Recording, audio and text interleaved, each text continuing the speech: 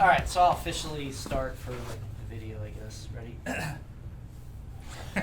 All right, so guys, thanks so much for your time and coming in today.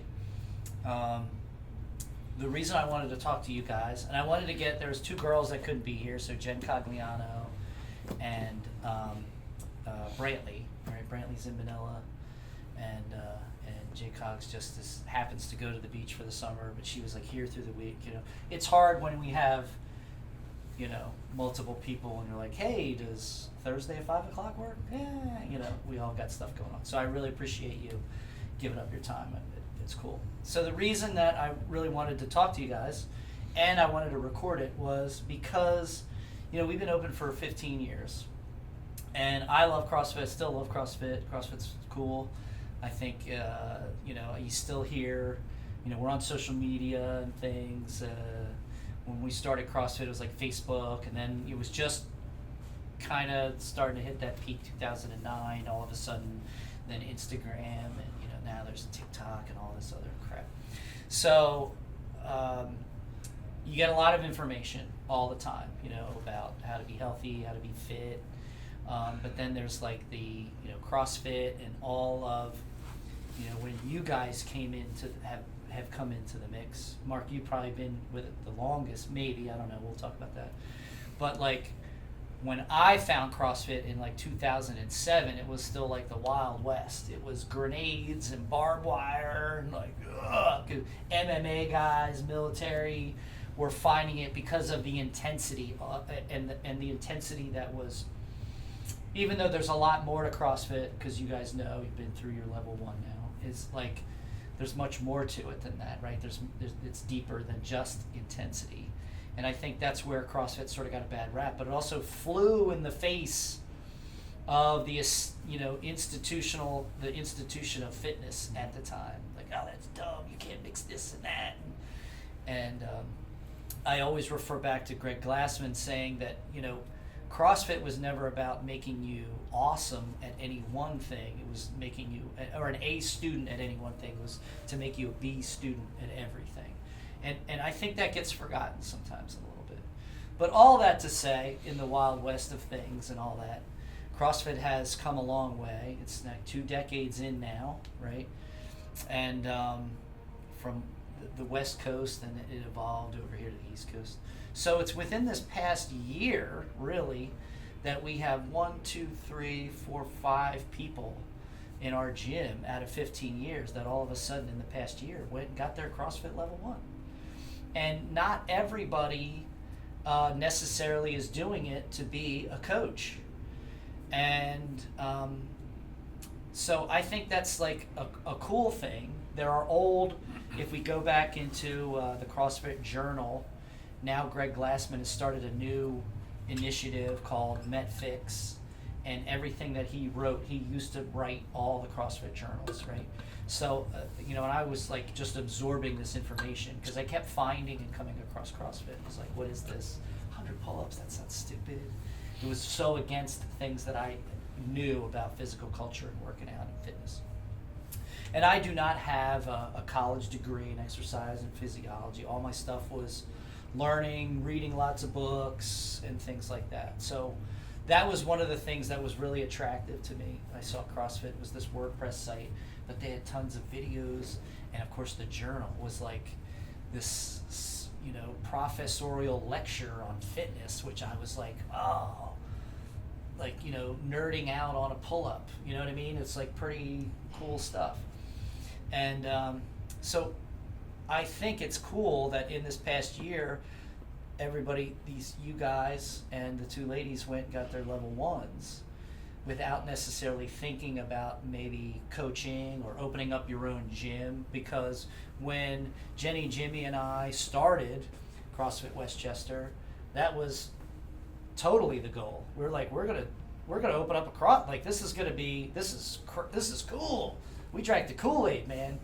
I found Jenny on the CrossFit WordPress site. It was like a blog, and there was a thing, how to find CrossFitters in your area, because there weren't. There was a couple down in Philadelphia, and then I think maybe York, PA at the time, and then maybe New York. Like there wasn't anything around going on. It was just making its way out towards the East Coast here, and it was like CrossFitters in your area, and you went by country, and then you went by state, and it was like, oh, her and Jimmy were in Westchester, and I was in Downingtown, and I had every intention of, my ultimate goal was I wanted to open up a martial arts studio, because that was my thing. That's where I kind of came from. And there was articles in there, because it was so grassroots at the time. It was like, hey, you could do more with a garage gym than you could ever get out, way more valuable than the Glovo gym, the commercial gym model, especially at that time. Excuse me. So I had every intent of my dream was to open up a martial arts school, and that to have a successful martial arts school, you needed some kind of fitness component. We're talking quite some time ago, Taebo, karate aerobics, and or yoga. Those were the things that would be offered to get the moms involved. Kids is where you made your money. And I had a couple friends and done some thinking about this, but this model quickly changed because and one of the articles in the journal was, oh yeah, here's partner up with a martial arts studio. It's a great fit because you didn't need a lot of equipment. There was a lot of things there when you're doing these ideas of functional movement, what you could do to get fit. You didn't need all this crazy equipment, you could do more with a $300 set of barbells than you ever could at this commercial gym with all the equipment and all this other kind of stuff. That was like the message. And so I was like, yeah. And then meeting Jenny and Jimmy, and then it was like, hey, what are you doing? And I'm like, well, I had a little garage in Downingtown that I had a motorcycle I traded in for $5,000 worth of gym equipment, and I was like, I'm going to start training people out of my garage, because there was articles about that. It was like, hey, go get your level 1. Start training your neighbors for free. Work on your craft as a coach, and spread this thing that you think, if you think it's that cool. And then maybe you start, then you make it a club, and then you start saving up money, and then maybe you get a space, and then you grow. And but meeting Jenny and Jimmy, and then we're like, hey, we found a spot, 900 square feet, and I was like, oh, if we split the rent, we could afford that until we get enough people that were, and then it was just this idea of not what we have here today, 15 years later. It was just this idea that, oh, we're going to do CrossFit, teach other people to do CrossFit, and we won't have to pay for it. You know what I mean? People get enough people that they can pay the rent, and then we can have an actual I'll get to work out in a CrossFit gym without, going and joining a CrossFit gym that really at that time didn't exist around here. So all that to say, you guys went and got your level 1, and I think that's an interesting thing. Now, you did kind of go, and so this past weekend, you went and got your level 1 at Pittsburgh. Yep. So why don't we start with you, and we'll just kind of work our way around. Yeah. And how did that happen? Because I saw it, and like anything else, I try and follow our members, because I want to know what you're doing outside of the gym. I want to celebrate your wins and victories, and I want to be there to support you in your losses as well. And I think that's what makes community, and that is so huge here. Yep. So I also see what you're eating and drinking. And I judge you. No, I'm just kidding. That's not why I do it. But it's really into sharing wins, and because people do stuff. They go and they do runs and competitions.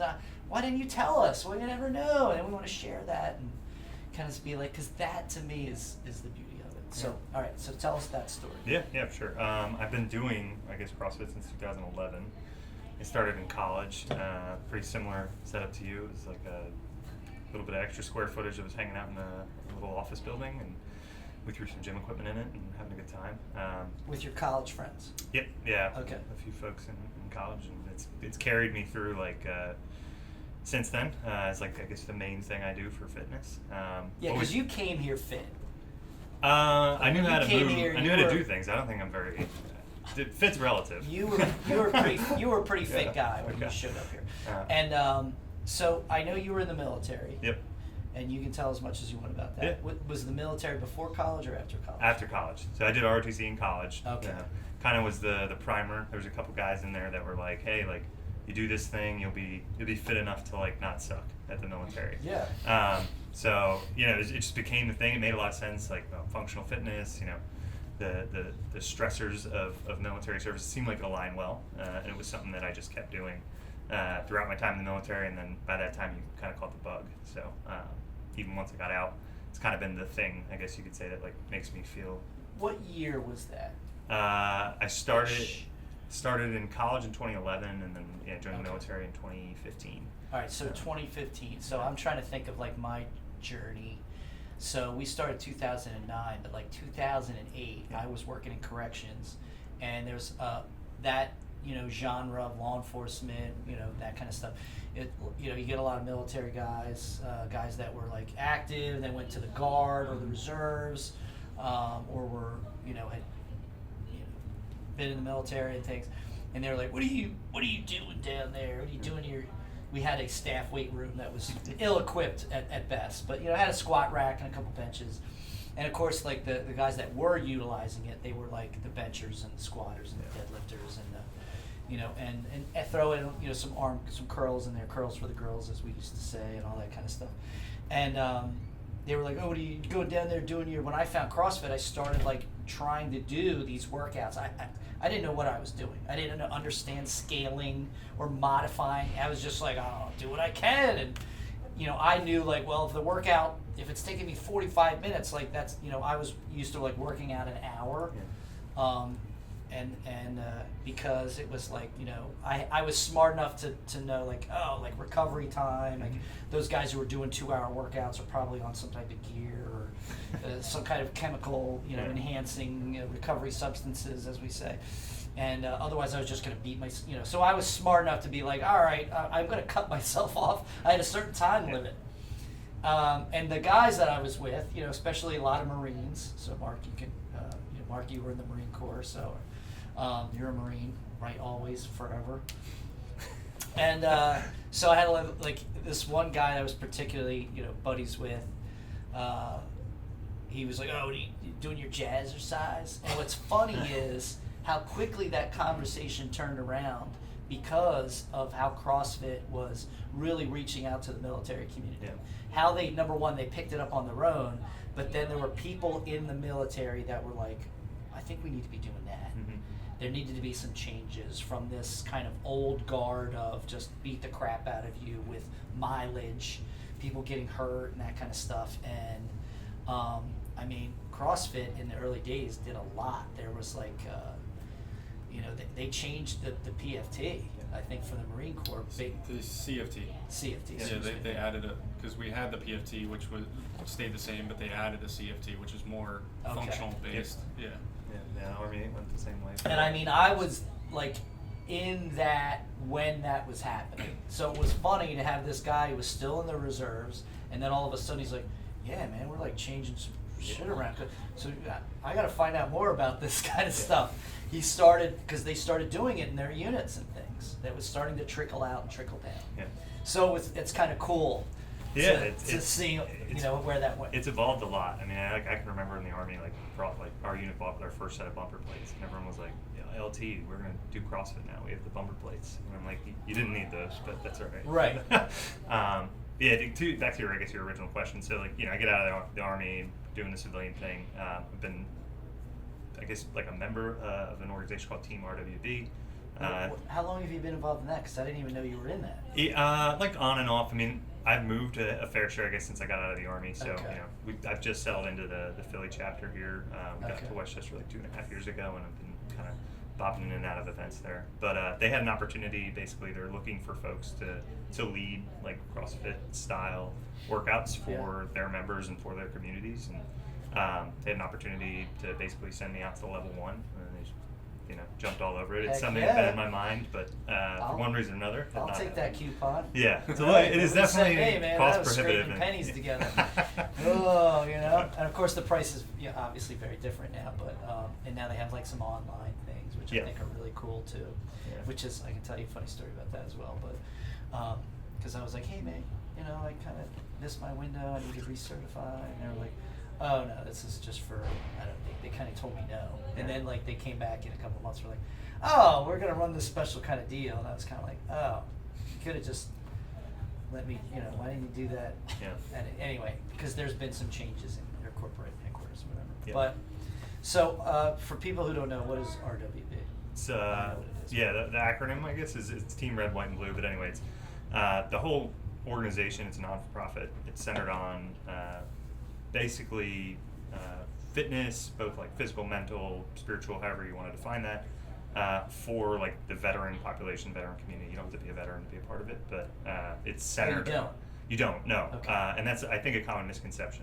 I feel like I'm doing a plug That's, for RWB right no, now. and that's fine. Yeah. I like that. Yeah. Because there's lots of ways to skin the cat, man. Yeah. Getting people involved and being healthy. Yeah. CrossFit is one thing, Yeah. and there's lots of other things. So I thought you had to be. I thought it was veteran. It's I'll say it's largely Veteran-focused. veteran focused. It's certainly like a lot of the events they do, the money they raise, those are going towards like causes that support veteran well-being. But it's really like the broader, I'd say, like veteran and veteran supporting community is like Yeah. their target audience for a lot of like the actual folks who are attending these events. Well, I think that's important, right? Because if we're in a society where we want to have, we have a strong military complex, but if we're going to support that, Yeah. it's not just like when the job isn't over, Yeah. right? So, and I think you guys both get that, in serving, like the job's not done, man. There's like, we asked you to go do something, and now it's like, oh, well, I think sometimes there's this like, well, you know what you were getting into, and it's like, but did you? Yeah. And I think there's a lot of that just in life in general. Like, you don't know what you're getting into. I didn't know what I was getting into when I was dad, when I get married. You think you do, right? There's no owner's manual Yeah. to this stuff. I So think- that's pretty cool. Yeah, and a big part of it too is like they're obviously the advantage of physical well-being is like tenfold for that population, but it's like a community aspect. I think you probably could relate to it, Mark. Mm. It's like in the military and then you get out, and it's kind of hard to replicate. But like Yeah. CrossFit does a really good job of simulating a lot of that. It's an in a lot of identity, ways. I knew guys that were like, got out of one branch and were like, I need to get back into something. Like, I'm giving up my identity. And I totally, I've worked around enough guys, and just in my own life, when you're attached to something like that, it's who you are. And it's like, well, now who am I? So I love that kind of stuff, and I think that's cool. So, and so there's a Westchester chapter. It's a Philly. The chapter's based out of Philly. Okay. And then they have like what's called like like Eagle leaders who run the events, and we're kind of all over the broader place. Philly area. So I think I'll be the first one in Chester County, Okay. or at least the current active one. There So, used to yeah. be somebody at another, I don't know if it was another CrossFit gym, or there was like an OPEX gym.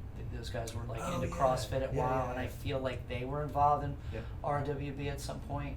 But that's the cool thing is that I'm really excited is because I've been wanting to do something like that here. Yeah. But the only problem is, when you're an idea guy, you gotta follow through. And then it's like, well, now I just created another job for myself, Yeah. right? And when you think about doing that, now having to do it, right? You don't want to start something, especially that is supportive to a community, and then be like, oh, I don't feel like doing Yeah. it today. Yeah. Like that's kind of crappy. So, but Mark and I had conversations about that. Mhm. So they sent you out to do that, and you're going to be in some kind of leadership role with the Philadelphia chapter. Yeah, to hopefully start next like month or two. Start like running recurring workouts. So we got to figure out the exact like rhythm Yeah. what it's going to be, but. Yeah, it's gonna start with whoever's interested. So All right. I got my first 4 attendees right here. I mean, Yeah, what- so- maybe so. I'm just gonna do Murph every month. All right, maybe. Well, we can always scale and Yeah. modify, right? Infinitely scale. Yeah. So cool. Thanks for your service, and I'm glad to have you a part of the community here. And I think that's cool that you're getting to take on that role. Yeah. I think that's pretty cool. So that's how you got your L1. We'll Yep. come back to more about that, your experience. So Mark, you're a coach here now. You've been involved with how long have you been here in our community? Coming up on 11 years now. 11 Wow. years. So you Wow. were like, Alright. yeah. OG. You started when we moved in here. Is that correct? Yeah, I think it was just after. Just after, like, 'cause that late was- 2014 was when I came over here. Okay, so that was like yeah. So tell us your story. How did you come to get your level 1? So, I mean, for years I've just been thinking, like, it'd be cool to do it, and then, this past year, and like, I've been doing this for 10 years, like, why not just go? Yeah. You know, like, what am I waiting for? And I made it a New Year's resolution for myself to just, you know, get it done. And another thing too was that I kind of started feeling myself like I've always had a mindset of if you're the person who thinks that you already know enough, like you can't take advice from people, or you're brushing coaches off when they're trying to give you tips on something, like, no, I know what I'm doing, like, go focus on the new guy over there, you know?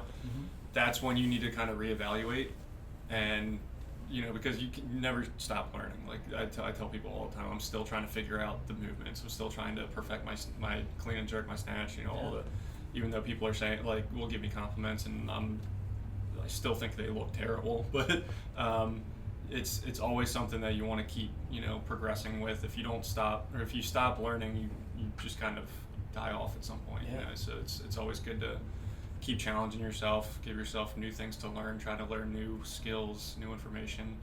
That's how we grow, man, right? Exactly. Like, life is, to me, I think, is about experiences, and there's lots of experiences you can have, you know, there's positive ones and negative ones, and you can choose. So I think it's like a great move towards doing good stuff.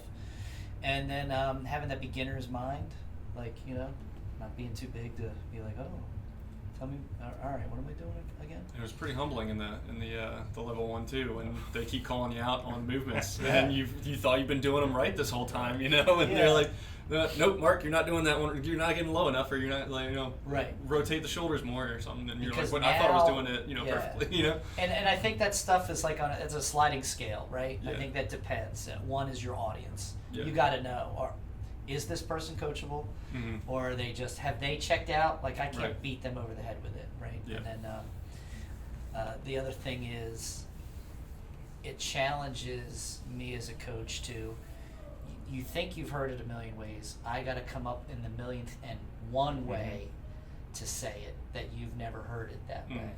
Because to this day, I have 10-year members that are like, oh, is that how it's supposed to feel? Because finally they've made some type of connection. And I know Jenny has said it a million times in some way or another, and Jimmy has coached that movement in some way or another, and it's just, and I know I have, it's just at some point you maybe they're ready to hear it. One of my favorite Greg Glassman sayings is, learn the basics, and then, you know, this is not the exact quote, I'm paraphrasing, but learn the basics, and then when you feel like you've got the basics down, go back and do them again, this time paying more attention. And I think, man, that's what CrossFit is all about, all day, every day. Because the minute you get good at the thing, there's going to be a way you can make it better, I think, you know, typically. It's hard, right? You know, that thing I always say in class, like when you're squeezing the lemon, right, at first all the juices comes out, and then there's still juice in there. You got to really squeeze harder and harder to get anything out, right? So that's like that newbie gains and that kind of stuff. But you can go back, and you gotta work harder at figuring out how to make it better. So we're gonna come back to that more. All right. So now, Dan, what made you go get your level 1? Well, I learned about CrossFit about 20 years ago or so, and my sister-in-law in San Diego was doing it, and because all the military around there, and they started very small, and so when I was out there, she was talking about it. I was like, what is all this? This is, you know, I'm what like, is this nonsense? So for all that time period, I just ignored it. Right. Wow. Okay. We moved here just last year from Salt Lake, and I remember her You're talking new about. to the gym, so you. I've been here for just over a year. Just over a year. Yeah, it was Mark's a year. like 11 years. And 2 coming up on 2-ish years, but you were doing CrossFit a long time before you got here. Mark's been with us a long time, so you're like found out about it. Brand new. Well, yeah, and so you're real new. We were moving out here, and she was like, you know, you should try CrossFit. Really do it, 'cause you'll meet a lot of people. You guys don't know anybody there. I'm like, okay, that's a good idea. I'll just give it a shot. So I came in, and the first week I was super humbled, right? Because I'd been, you know, I'm 57, right? So I've been doing fitness to some degree, or athletics or something you like didn't that come in, for like 40 plus years. So I came in, and I'm like, oh, I know what I'm doing. I know a squat. I know this. And Jimmy's like, no, and everything I did was wrong. I was like, what the fuck? Why don't I know how to squat? You know what? I want to change that phrase. I'm going to challenge you to change this phrase a little bit. Are we doing it? And I got this from my self-defense mentor, a guy named Tony Blauer. and when he taught us to teach, that we never said wrong, because we're still moving. Right. Right? So movement's better than no movement. Yeah. But he used the phrase desirable versus less desirable. Right. Yes. So you were squatting less desirably, yeah, everything. And then I would get like flustered, like in the middle of like the workout of the day. Yeah, I'd be like med ball. I don't know what I was doing, you know. Yeah. Just everywhere. So I got together after about a month. Mm. And then that's when I kind of fell in love with it. I'm like, what is this? This is so cool. And I understand what she was talking about 20 years ago, right? Because I'd go out there and visit, and her hands would all be ripped up, and she'd be like, "Oh, I was doing like whatever." I'm like, kind of a badge of honor, like look yeah. at my bloody And she's like knee all hands. petite and everything like that, And nobody- so pretty, and then just like mauled up hands, looked like a guy working with concrete or something all day. So I don't know, it just never really clicked with me. So, but after a month, and after kind of getting my bearings, I just really fell in love with the community, the process, just what we were doing, and those 30 years of working out or doing. It was just like your basic bro split type thing. That's Sure. what I've been doing my whole life. And you know? listen, And I'm not that's not big. wrong. Obviously, it's like, what Right. are you doing this whole time? You know, I was doing squats inappropriately, I guess, or less desirably than I should have been. We've all been there. What's that? We've all been there. Yeah. Somewhere. Oh, for sure. So that's where it kind of switched in my head. I'm like, I want to learn as much about this as I possibly can. I feel like I have like 20 years to catch up on, right? Yeah. And I was all excited about gymnastics. I mean, I hadn't done that since middle school. I'm Right. climbing a rope. I can't remember how to do it. I've got like a burn on my leg, all this stuff. It was like so fun, really into it. So that's kind of what led me to go get it. I started thinking about it, probably in December or something. That's when Brantley got hers, and so I talked to her a lot about it. Yeah. Thought, okay, I just got to go because I want to soak in all this information about this sport or this activity. Peel the layers of the onion. And find out. And a lot of it was like I wanted to learn how to scale better, because I was trying to come into every workout and give it 110%. Like, I need to learn how to do all these 10 things better today. Right. And I need to do a little better on each of them. It's a common thing. And then I would get like burnt out, and I could only come 3 days a week because I'm exhausted and crazy from it, So that was a lot of it. I'm like, I need to learn how to scale on my own each workout and figure out what's the one thing I'm going to focus on today and just do my best with the rest of it. Yeah. And then I really wanted to sell it to people, because so many people out there in the general public, they only saw the ripped up hands on, Right. from my sister-in-law or whatever. They think it's only military first responders that need to do this. Why should I climb a rope? It's I'm crazy. 60 you guys are years crazy old. over there. Yeah, they're crazy. What It's are like they a doing? cult. It's a What cult. are you doing? Hey. So I really wanted to be able to walk up to people and say, let's go. You don't need to go to this gym anymore. Come do this. Check and this this is out. why. Yeah. Look at everything we're going to do in 45 to 60 minutes. This is amazing. Mm-hmm. And just do this for 4 days a week. And how crazy. So that was a lot of it. I needed to learn more myself, and I wanted to sell it to everyone I could talk to. Well, I think that's a really respectable thing, is being like, hey, I know this is a good thing. I want to know why. I want to have a deeper understanding of why it's a good thing, so I can tell somebody else that, Mhm. right? And instead of being like, well, it's this, it's that, and oh no, it's like this. And you can dispel myths, Right. right? Your deeper understanding of things, you have a better Right. way to explain it, and you'll have better than ways of associating to whoever the audience is. Mhm. Like how I, talk to somebody who's 60 about trying to come in here into the gym and start doing CrossFit in our community versus somebody who's 20. It's gonna the conversation's gonna be. I'm gonna say the same basic things, Mhm. but the conversation might look a little different, right? I think for like really fit people, you give them you go, oh, you think you're fit? Let me just show you, right? And not to be a jerk, but to be like, oh, there is more. Mhm. And to somebody who's really not fit, that's the other side of the polarity of that, the spectrum. It's like, no, I can show you, everybody can do this. Mhm. So, but you got to make that choice. It really is for everybody, but it's not for everyone. I think it's often said like that. Yeah. So cool. So we're gonna come back to you, RJ. So now you went to your L1. Yeah. What is different in how you come in here as an athlete and a member? Like, you're coming in here to Yeah. work out and do a workout. How has going to the level 1 changed?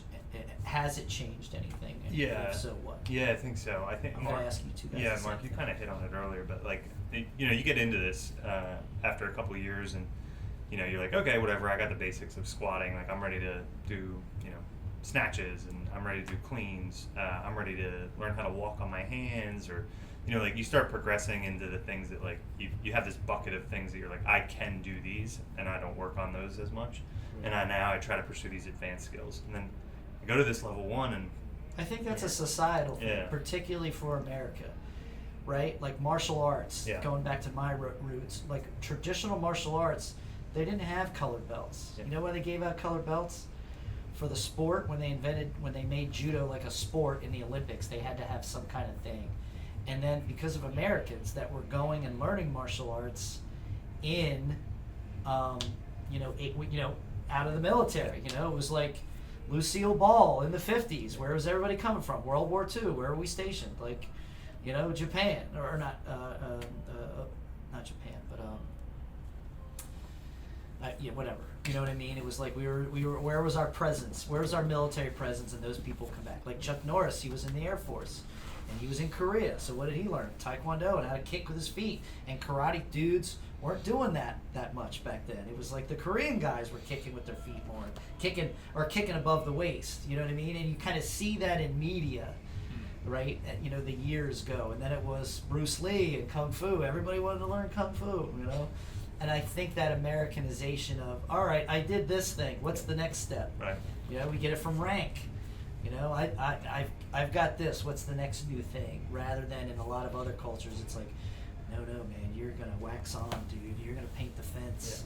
Yeah. And little did Danya-san know that he was, learning karate by this menial task, but lots of repetitions. Yeah. But yeah, to revisit those basics in like such a microscopic way, where like I'm fully sweating as I'm trying to like hold a front rack with a PVC pipe, and having a coach like dissect every like inch of like your elbows are too low, your hands aren't wide enough, like you're losing your lower back and your midline stability. So like really like getting to your martial arts thing, get back to like that white belt mentality and like recapture what you're talking about, because I remember that in 2011, like lighting myself on fire and having no idea like what's going on in these workouts and just trying to like learn how to move again. But it really kind of like reset all that, and now like in here I'm like, oh yeah, hey, like I'm not just gonna bomb out through this set of 10 front squats. I'm gonna actually attempt to like move through a range of motion with some degree of like competency at this point. So. Be a better mover, Yeah. man. That's like the simplest thing. It's like, be a better mover, right? And well, what does that really mean? It's like, well, let's come find out. Yeah, it's like the circle they did with us. It's like move faster, move better. I've done a lot of the faster at this point, so Yeah. I'm gonna spend some time in better, I think. But, I think in the outside of the CrossFit realm, people lean into the other side of the not going faster kind of thing, and they go like, oh, I really want to practice my form. But what they're really doing is avoiding the going faster. So those are the two ends of that spectrum, right? Intensity is down here, and then the mechanics is down here, and it's learning where do I hit the gas because my mechanics can handle that threshold, and where do I gotta pump the brakes a little bit and become a better mover there. So, and that could be humbling. It's humbling when you're, like I said, you came into the gym as a fit dude, and then all of a sudden when somebody's like beating you at a workout because they're a better mover, because they're just efficient, because they're practicing better movement. What does that really mean? Not just going faster. There's something to that. So yeah. So all right, so that's changed for you. yeah, it's the Yeah, biggest like- thing in the immediate term. Going back, like going, hey, let me just pay a little more attention. Yeah, I want to do this for a long time, so can't do it for Yeah. ever with the sloppy form. Yeah, like longevity is, and I think you see that more and more now in the CrossFit space, which is funny to me because I'm in my 50s, and you see guys that are like Marcus Philly who were like in their 30s, like, and they're like, oh, well, in my younger years, and I want longevity. This is a 30-year-old guy, but that's because they get a lot of attention on social media, the people who are pursuing CrossFit as a sport, which that's not that's 1%, right, of the community. It's like, to actually be competitive and pursue the sport. And the argument is, well, they're not really doing CrossFit then. It's like, no, they are. They're just doing a different degree of it, right? So yeah, I think that's kind of, you hear that message now because the games have been around and people are like, all right, Matt Frazier, I can only work this hard so long at this pinnacle of sport, which is at the top of that. In that level 1, they give you the hierarchy of athleticism at the top of sport. Like, there's not a lot of room up there, right? So, cool. All right, so Mark, since you went and got your level 1, now you have since become a coach here. Yep.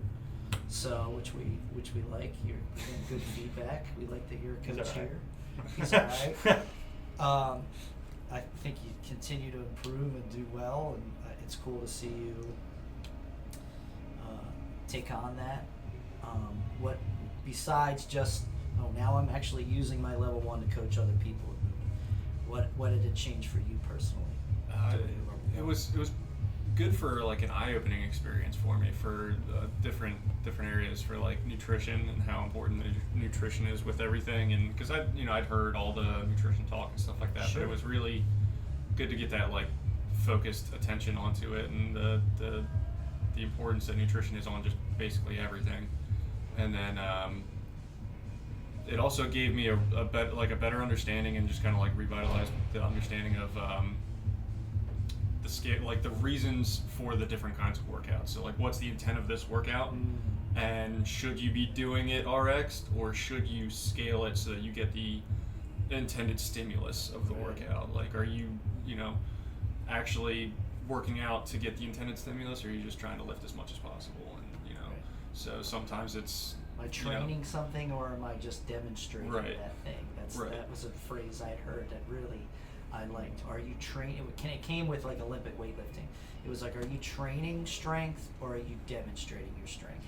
And with the idea that you're just lifting, like, look how much I can lift. Yeah. But are you training appropriately to get better? And it's not just about movement, but like speed. Like, like if you're in the sprinting, the track and field world, if you were doing a workout, at a certain point you would, if I said we're going to sprint as fast as we can, because that's what you got to do to get faster along with other things, at some point you would, your 40-yard dash or 100-meter run would start to slow off. At what point are we no longer doing anything that's beneficial? So I should stop my workout here, whether it's 5 my 5th round of 100-meter sprints, or is it my 8th round? At some point I need to keep pushing the stimulus, but what is the stimulus to get faster? Right. So am I just practicing running now, and it's more endurance versus the stimulus of, I'm keeping speed here, pushing speed. Right. So I think that's cool. That's really cool. Anything else? It's also kind of helped me try to focus on not just being able to do the movements better myself, but how do I relate to other people, how to do the movements. And I think that has also helped me move better myself, because I'm thinking of different ways of describing the movements to people who either don't know them at all or have been doing them for a little bit but maybe could be doing them a little bit better. And I've had a couple people who were just like, that it didn't make sense until you said it this way, and then it just clicked, and that's been really beneficial, I think. And that's one of the great things as like a business owner here in CrossFit Westchester, is this idea that, hey man, I can get better too, but when the level 1 that you took was probably pretty close to what I did, but maybe not. Maybe it's a little different, and now it like pushes. You gotta up your game a little bit, right? There's new kid on the block, like that kind of stuff. You gotta pay attention, kind of a little more. Or maybe I learned something from you that you pick up. You have a different perspective of looking at something, and I go, man, I like that. Like, I didn't invent anything that I do. It's all, I stand on the shoulders of giants. I say that all the time. I've stolen everything I do. It's not like I had some original thought, and we're like, it's like I got it. I stole it somewhere. 99% of anything I do. It's not like something I invented. There is a couple things here and there, right? But typically, right? So It's one of the things that I remember. I can't remember who it was specifically. One of our leadership in the Marines was mentioned that, like, even the lowest level PFC, like, if you have an idea for something on how we might be able to do it better, bring it up, even though you're like the new guy, because you might just be seeing it from a different point of view than Fresh set someone eyes, else. right? And just because you're the new guy doesn't mean that you don't know anything. Like, you might have something valuable to add to the. Yeah, your perspective from whatever you've been doing before you got here, you can bring it in there and relate to maybe in a way that I can't, that I never would have thought of. So I think that's cool. Dan, how about you? You went and got your level 1. What has it changed? Well, And a how you big come one in. that you mentioned was just your perspective on the workout itself, and that was part of why I wanted to go also, so I could come in or see what we're doing that day and pick the one thing that I'm going to focus on and try to get better at. Awesome. And everything else I'm going to try to do a good job with. Sure. So that was a big piece of that, and that allows me now to come 5 or 6 days a week because I'm not just blowing out from like 3 workouts, right? Frequency over intensity. Right, Yeah. exactly. And with that, I learned how to scale better. I could scale on my own and not have to be like, constantly, either asking or, going through the whole workout, like trying to figure out I can do it in advance. So that was like a self-coaching type of Yeah. thing. Yeah. Which that's never a problem. I want to make sure. I know, right? Nor should it be for any coach here. Right. Obviously we're all humans, and it might be like the 3rd class of the day. You deserve the best coach of the 3rd class, your hour, right? Best Right. hour of your day. Yeah. That whole idea. Yeah. So I just want everybody to know that, like, I feel as a community, we are coaches here are underutilized because people don't ask enough about how to change things around, or don't dig in. How do I make this workout better for me? It's a group program, but that doesn't mean we can't individualize it. Right. But sometimes the answer is, I think this is often missed. Maybe you can tell me if it is. That sometimes, like, when somebody's like, am I doing this right? Am I doing this right? Am I doing this right? And sometimes it's like, I could tell you, I could draw you a picture, show you videos. You need to just do the thing a little bit. Yeah. And then I can come back and go, all right, now I can, like, I could tell you it's just not going to connect. It's not going to make sense. Right. Yeah. And so it feels like maybe let me know if this has ever happened to you, where you feel like you were kind of brushed off. Like, oh no, that looks good. Yeah, good job. And then it's like, oh man, I know it's not perfect. Right. I know it's not right. But maybe it is right for right now. Yeah. It's as Yeah. right as it can be. Mm-hmm. Have you ever felt that way? Yeah. Yeah. For sure. Yeah, where you feel like you're looking for an answer, and really the answer is like, you're not ready yet, grasshopper. Yeah. Right. You know, is that maybe? Yeah. Yeah. For sure. I have, and that's but it makes sense. I mean, the heat of the we've got 9 minutes left on the clock, and you're wanting to stand here and talk about whatever. It's like, just kind of do your best. Let's keep going, and that's kind of the feeling I would get every once in a while. Yeah. And so now I just have a better understanding of how to scale. And again, looking at it before I come in, I can kind of put it together in my head, like what the class would be like if I were leading it, so to speak. It's a little bit of accountability, right? That's a lot of that. It's yeah, like knowing. for sure. We preach it all the time. Like, hey, that's why we have a tracking, workout tracking. Yeah. Like, it's not competing against the other people. Oh, it's right. that you have some information, so the next time you come in and are looking at that stimulus, you can kind of know what you did, so you have a better gauge. Yeah. And that it's goes- also our report card, right? That goes back to why I started it in the first place. Yeah. Was accountability for myself. Yeah. Because you can only get so much out of an hour-long class. Right. You become 5 days a week. That's great, but still, I wanted to try to take it all in so I could self-coach or self-manage myself a little bit, because I want to come 6-7 days a week. Yeah. Right. And I know that's probably inappropriate. Just I need to rest a little bit so I can do something Rest else. is important. The harder you work, the harder you gotta program your what Right. your recovery protocol is. Yeah. Whether that's actual rest, whether that's other modalities of recovery, things, passive or active. Right. Active recovery is a little bit of like that's Right. I could talk about that for a whole hour. Some people are like, maybe you're just, how about do nothing? You know. Right. And nutrition and sleep, obviously. You Yeah. know, that's a huge piece of it. I think the last thing though, and this is kind of ties into what you said too, is I hear the coaches differently now. Ah, That's huge. And like you were talking about, like you think about how to talk to other people, you know, like as you're going through movements or hearing coaches or whatever. Now I hear them differently because I'm not thinking about how to coach as much as what they're saying.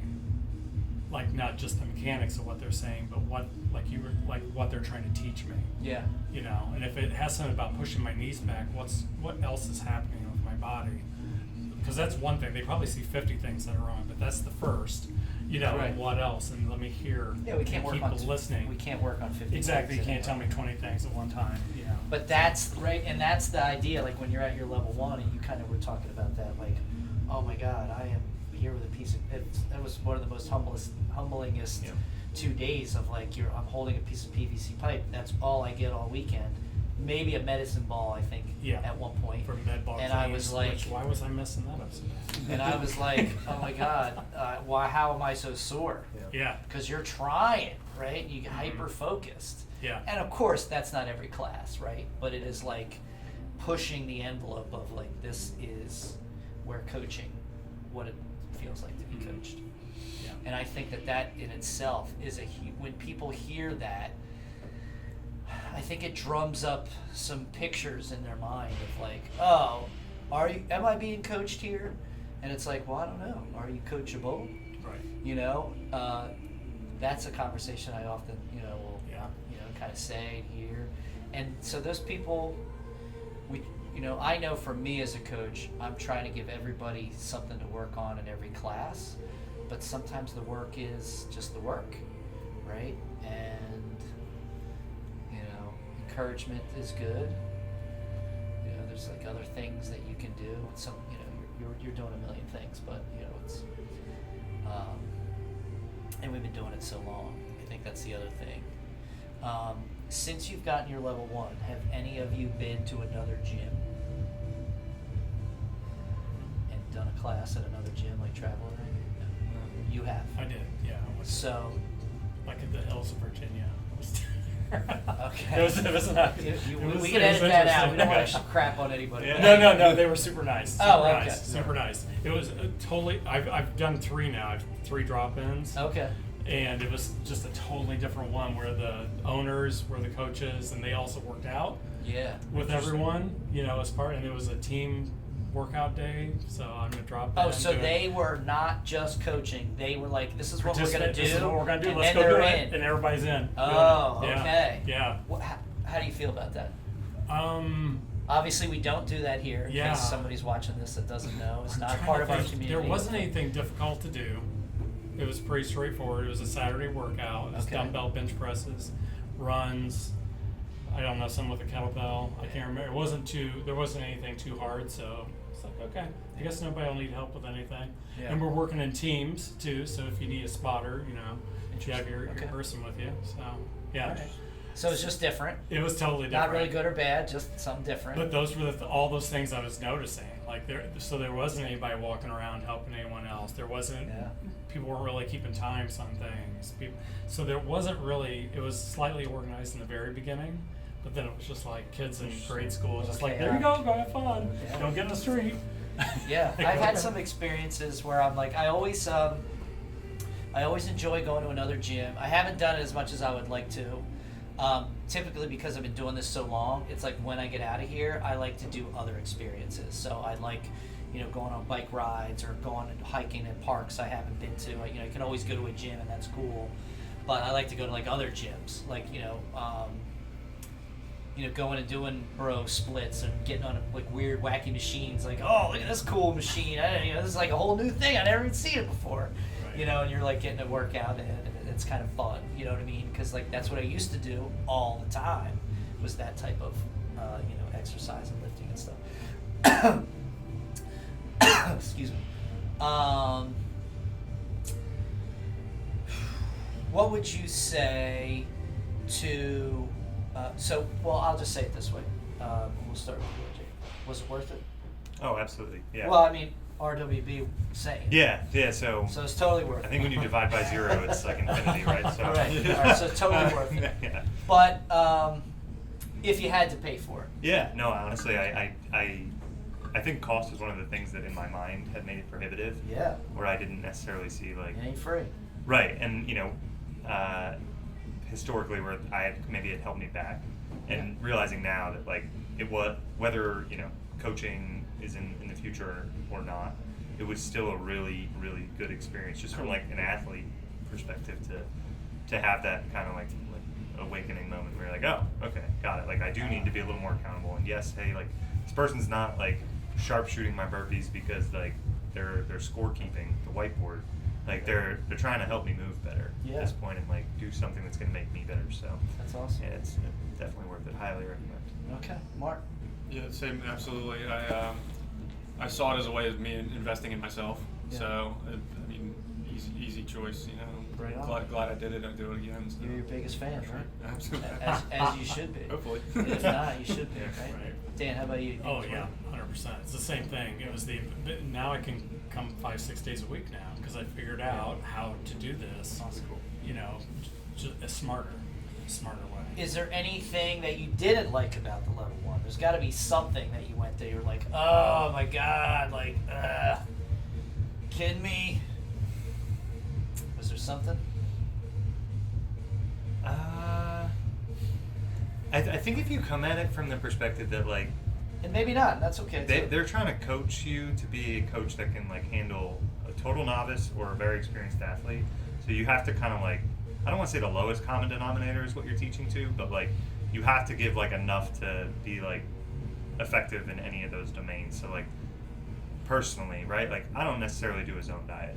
I feel like as a person I've evolved past that, I have a better understanding of my nutrition, but I've been at this for a while. Yeah. Somebody who hasn't may not have any kind of foundation. That could be a good place to start. And they're still Right. that's their foundational thing. Personally for me, right? Like I'm not gonna restrict my calories to that level or the types of food I eat based on, the 100 words of fitness necessarily. But I've found what works for me, and I feel like I've in a way kind of earned that. But it's still, I understand why it's being taught, and I can appreciate why it's being taught. I gotcha. Now I understand more Yeah. what you're saying. Yeah. So in Greg Glassman's article of what is CrossFit and fit, like the fitness in 100 words. The first I always tell this to new people when they come in.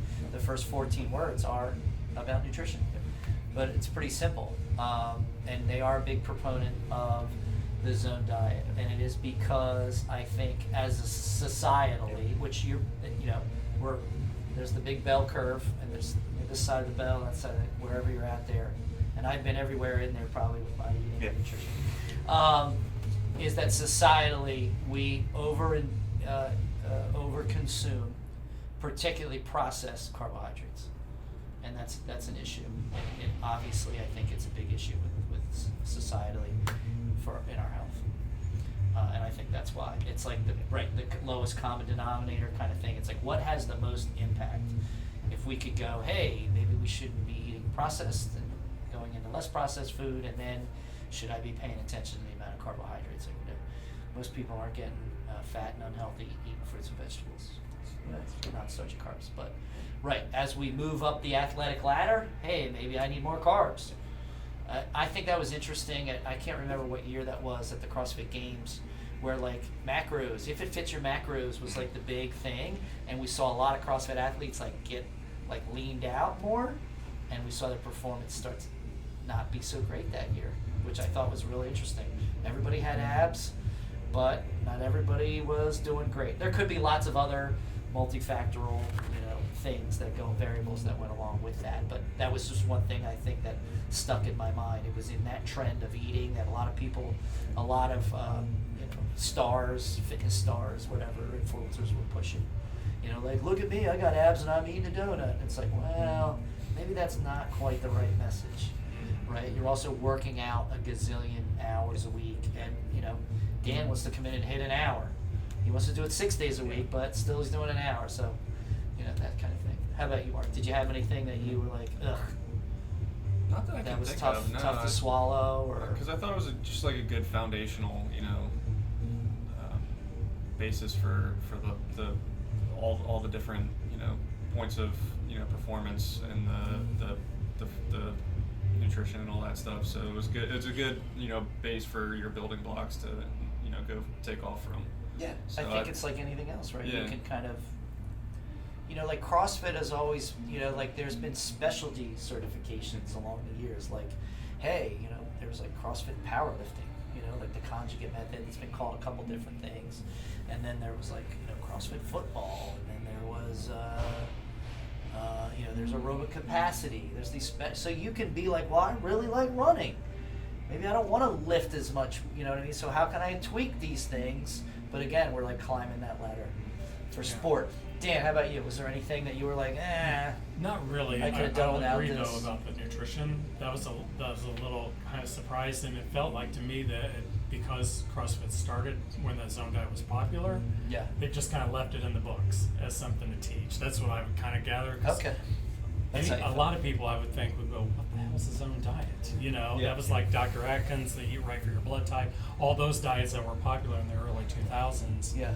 And so that was the part I like, maybe they need to tweak this for 2025 Yeah. and bring this more. But like you were saying, it's a very broad, it covers a lot of territory. So the whole class does. So Yeah, I think that's here's my take on that as being one of the owners here, is that I can give you and show you the plan of what good healthy eating can and should look like, and then maybe how to manipulate that for specific goals. But you're not going to see the benefits of that. You're not going to feel it. It takes a while for that kind of to show up. I can take you downstairs and smoke you. If you're fit, I could smoke you and say, maybe you're not that fit. Or I could take a deconditioned person and say, look, I can get you doing some movement. And that doesn't it feel good to be able to do some of these things? Right. Both ends of that spectrum. Where eating, it's not an instant, beep, gratification, right?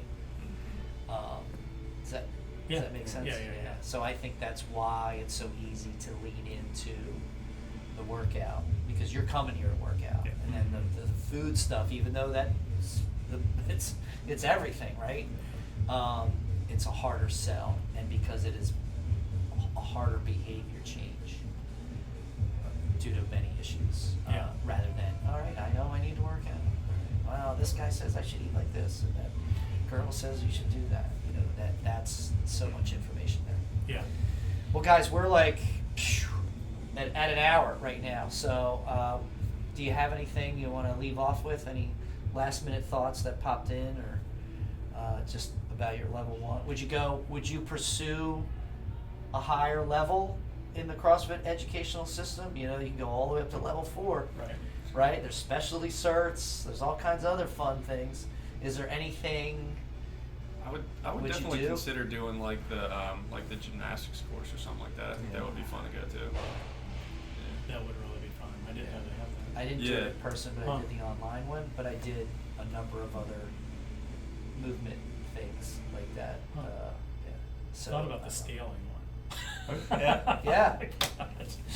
It's just, I don't know what I else I need to scale. mean, I know it's funny, but like, dude, as a coach, like that's such a relevant skill. Oh, yeah. Like it's Yeah. probably the most used Right. 'Cause thing you need. now they have scaling, and then they also have teaching movement. Right. Mhm. Yeah. So that's so cool. Well, guys, thank you so much for your time. I hope everybody who watches this, we're gonna load it up to YouTube. I think. I don't know, whatever editing magic you can do, make us all look handsome and strong and fit. Less sweaty. Less sweaty. But I don't even like editing. I just like to keep it raw, because you guys had great things to say, and I really appreciate your time. And I'm just happy you guys are a part of the community. So, Cool. all right. Thanks so for much, having us. Roger. Thanks, Mark. Thank you. All right, thanks, Dan. Thank you. And maybe we'll be back with a part 2 with the ladies, right? And we'll cover what Nice, maybe Jen yeah. Cogliano has to say, and Brantley. How long has Jen had hers? Ooh, 2 years? 2 years. 2 years? Yeah, she had kind of thought about it, and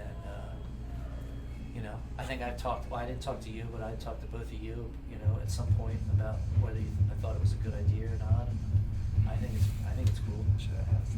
He probably said no. I said, yeah, go get it, dude, because I got ideas, man. And I Yeah, can't. he thought it was a good idea. I did it. So, Yeah, I think it's a great idea. I mean, I encourage it. Is it necessary to be good at CrossFit to go to a level 1? I think at some point, like you've been doing it already a while, so you can come back and go, oh, I think it adds to the longevity Yeah. of what you're going to do. Yeah. Because it can get really easy to get burnt out on CrossFit if you don't develop a deeper understanding of some of the things and why you're doing them, and have that, like, you know next belt mentality. All right, I got this under my belt. Check. What do I do now? I mean, even as long as I've been doing it, it's like, with injuries and other things, I had to like go back and sometimes like start over. It's like starting all over again sometimes. And that has helped me as a coach, because now I know what is it like to, be like get frustrated and all those other things. So, all right, guys, thanks a lot. Cool. And thanks, CrossFit Westchester community. I hope you enjoyed it.